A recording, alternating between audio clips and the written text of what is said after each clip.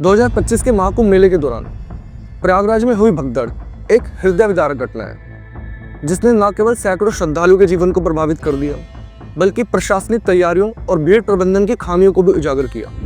महाकुंभ मेला हिंदू धर्म का एक प्रमुख धार्मिक आयोजन है, जो हर 12 वर्षों में हरिद्वार, उज्जैन और नासिक में आयोजित होता है। इस मेले में करोड़ों श्रद्धालु पवित्र नदियों के संगम पर स्नान करने के लिए एकत्रित होते हैं, जिसमें गंगा, जमुना और सरस्वती नदियों का संगम विशेष महत्व रखता है। 2025 में महाकुंभ का आयोजन प्रयागराज में हुआ, जिसमें देश विदेश से लाखों श्रद्धालुओं ने भाग लिया। 29 जनवरी 2025 को मौनी अमावस्या के पावन अवसर पर लाखों श्रद्धालु संगम पर स्नान करने के लिए एकत्रित हुए। रात को लगभग 1:30 बजे संगम क्षेत्र में अत्यधिक भीड़ के कारण भगदड़ मच गई। इस भगदड़ में कम से कम 30 लोगों की मृत्यु हो गई और 60 से ज्यादा लोग घायल हो गए, जो कि एक सरकारी आंकड़ा बताया जा रहा है। हालांकि पब्लिक डोमेन में अनुमानित आंकड़ों को लेकर सरकार पर लगातार आरोप लगाए जा रहे हैं कि सरकार सही आंकड़े आम जनता तक नहीं पहुंचने दे रही है। आई विटनेस रहे लोगों के अनुसार भीड़ का दबाव इतना अधिक था कि लोग एक दूसरे पर गिरने लगे, जिससे भगदड़ की स्थिति उत्पन्न हो गई। सुरक्षा के लिए लगाए गए बैरिकेड्स के पास ये घटना हुई, जहां भीड़ को नियंत्रित करने का प्रयास किया जा रहा था। हालांकि अचानक बढ़ती भीड़ के कारण स्थिति नियंत्रण से बिल्कुल बाहर हो गई। महाकुंभ मेला पुलिस ने बुधवार शाम को इसकी पुष्टि की। डीआईजी वैभव कृष्ण ने बताया कि भगदड़ में 60 श्रद्धालु घायल हुए थे, जिसमें 30 की मौत हो गई है। हादसे में घायल 60 श्रद्धालुओं में से 36 का अस्पताल में इलाज चल रहा है, जबकि 24 श्रद्धालुओं को उनके घर वापस भेज दिया गया। मृतकों में से 25 की पहचान हो पाई है, जबकि 5 की अभी तक शिनाख्त भी नहीं हो पाई है। मरने वालों में उत्तर प्रदेश के 24 तथा कर्नाटक के 4 और असम व गुजरात का एक इंसान था। महाकुंभ के मीडिया सेंटर में बुधवार शाम मेला अधिकारी विजय किरण आनंद के साथ पहुंचे डीआईजी वैभव कृष्ण ने सबसे पहले भगदड़ की वजह बताई। उन्होंने बताया, मंगलवार आधी रात के करीब संगम तट पर भीड़ का दबाव बहुत ज्यादा बन गया था। लाखों की संख्या में श्रद्धालु संगम तट पर ब्रह्म मुहूर्त में पावन संगम में पुण्य की डुबकी लगाने की प्रतीक्षा कर रहे थे। बड़ी संख्या में लोग लेटे हुए थे। इसी बीच अचानक भीड़ का अतिरिक्त दबाव बन गया, जिससे अखाड़ों के अमृत स्नान के लिए बनाए गए राजसी पथ की बैरिकेडिंग टूट गई और भीड़ आगे बढ़ते हुए स्नान की प्रतीक्षा कर रहे श्रद्धालुओं पर चढ़ गई। इससे वहां पर भारी अफरा तफरी मच गई। तट पर जो लोग प्रतीक्षा में लेटे थे, वो लोग दबते गए। वहां मौजूद पुलिस प्रशासनिक अफसरों में फौरन राहत कार्य शुरू कर दिया गया। लगभग 90 घायलों को एम्बुलेंस से महाकुंभ मेला के केंद्रीय अस्पताल में पहुंचाया गया। डीआईजी महाकुंभ ने बताया, अमृत स्नान पर्व पर वीआईपी को प्रोटोकॉल ना देने के लिए प्रदेश सरकार के पहले से ही कड़े निर्देश जारी कर दिए गए थे, जिसके क्रम में किसी वीआईपी को प्रोटोकॉल अटेंड नहीं किया गया।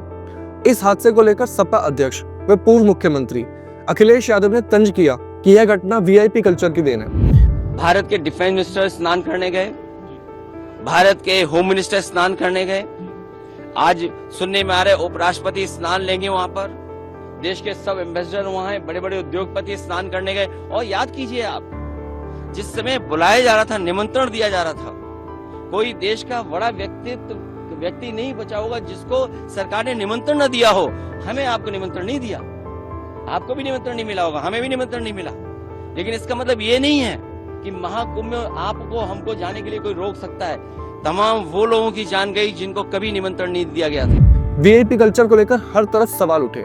लोगों ने वीआईपी कल्चर और बद इंतजामी को लेकर प्रशासन के खिलाफ अपना रोष प्रकट किया। उतना लहाज सब उठाया, उनको दिया, लड़की था, लड़का था, मेरा भी आदमी है, कहीं हम घर कैसे जाएंगे सर?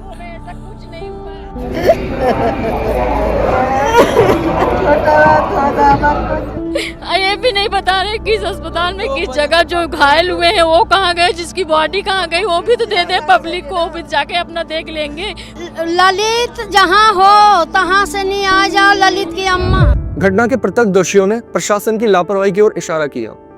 एक प्रत्यक्षदर्शी ने बताया, उन्होंने पुलिस को फोन किया, लेकिन कोई प्रतिक्रिया नहीं मिली।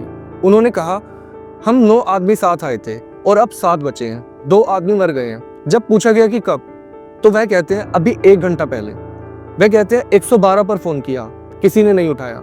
100 नंबर डायल किया, लेकिन वहां से भी कोई जवाब नहीं आया। एक अन्य प्रत्यक्षदर्शी ने बताया, भीड़ इतनी अधिक थी कि लोग एक दूसरे पर गिर रहे थे और प्रशासन की ओर से कोई मदद नहीं मिल पा रही थी। उन्होंने कहा, यहाँ लेटे रहने से फायदा नहीं है, उठिए, स्नान कीजिए, यहाँ बहुत से लोग अभी आएंगे और भगदड़ मचने की संभावना है। आप पहले से ही आ गए हैं, आपको अमृत स्नान कर लेना चाहिए।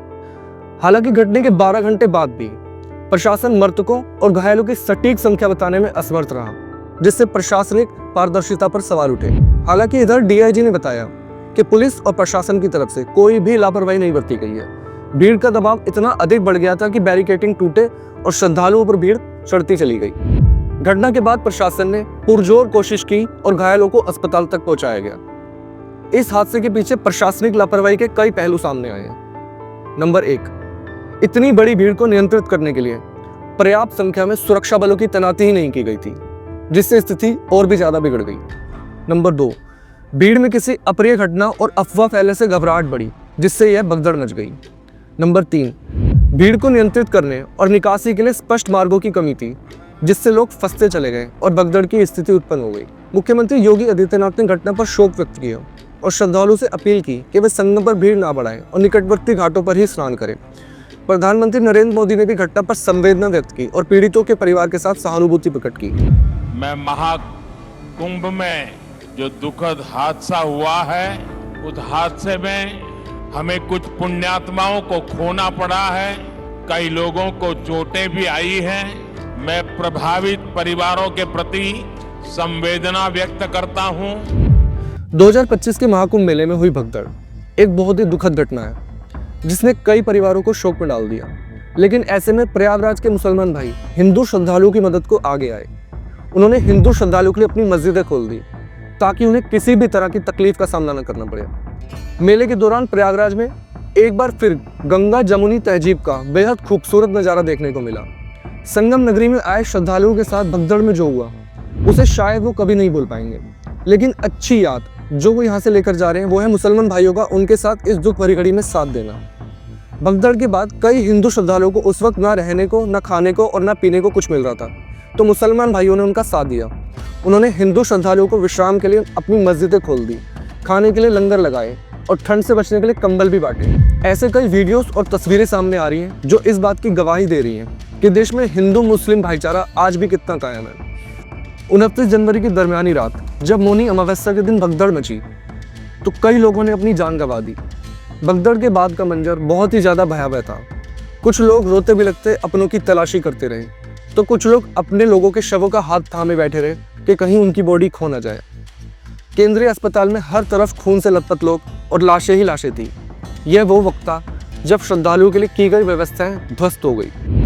श्रद्धालुओं की एंट्री रोक दी गई, जो जहां तक पहुंचा उसे वहीं रोका गया।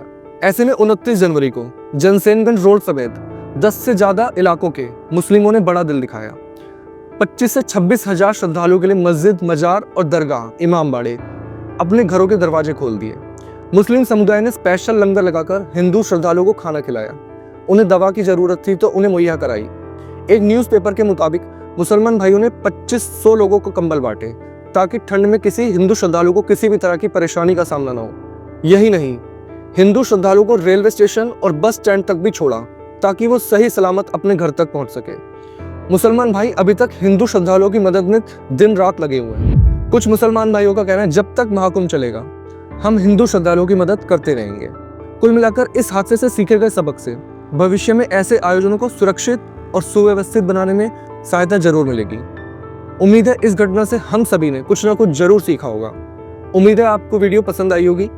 पर जाने से पहले प्लीज चैनल को सब्सक्राइब और वीडियो को लाइक करना ना भूलें। तब तक अपना ख्याल रखिएगा। नमस्कार।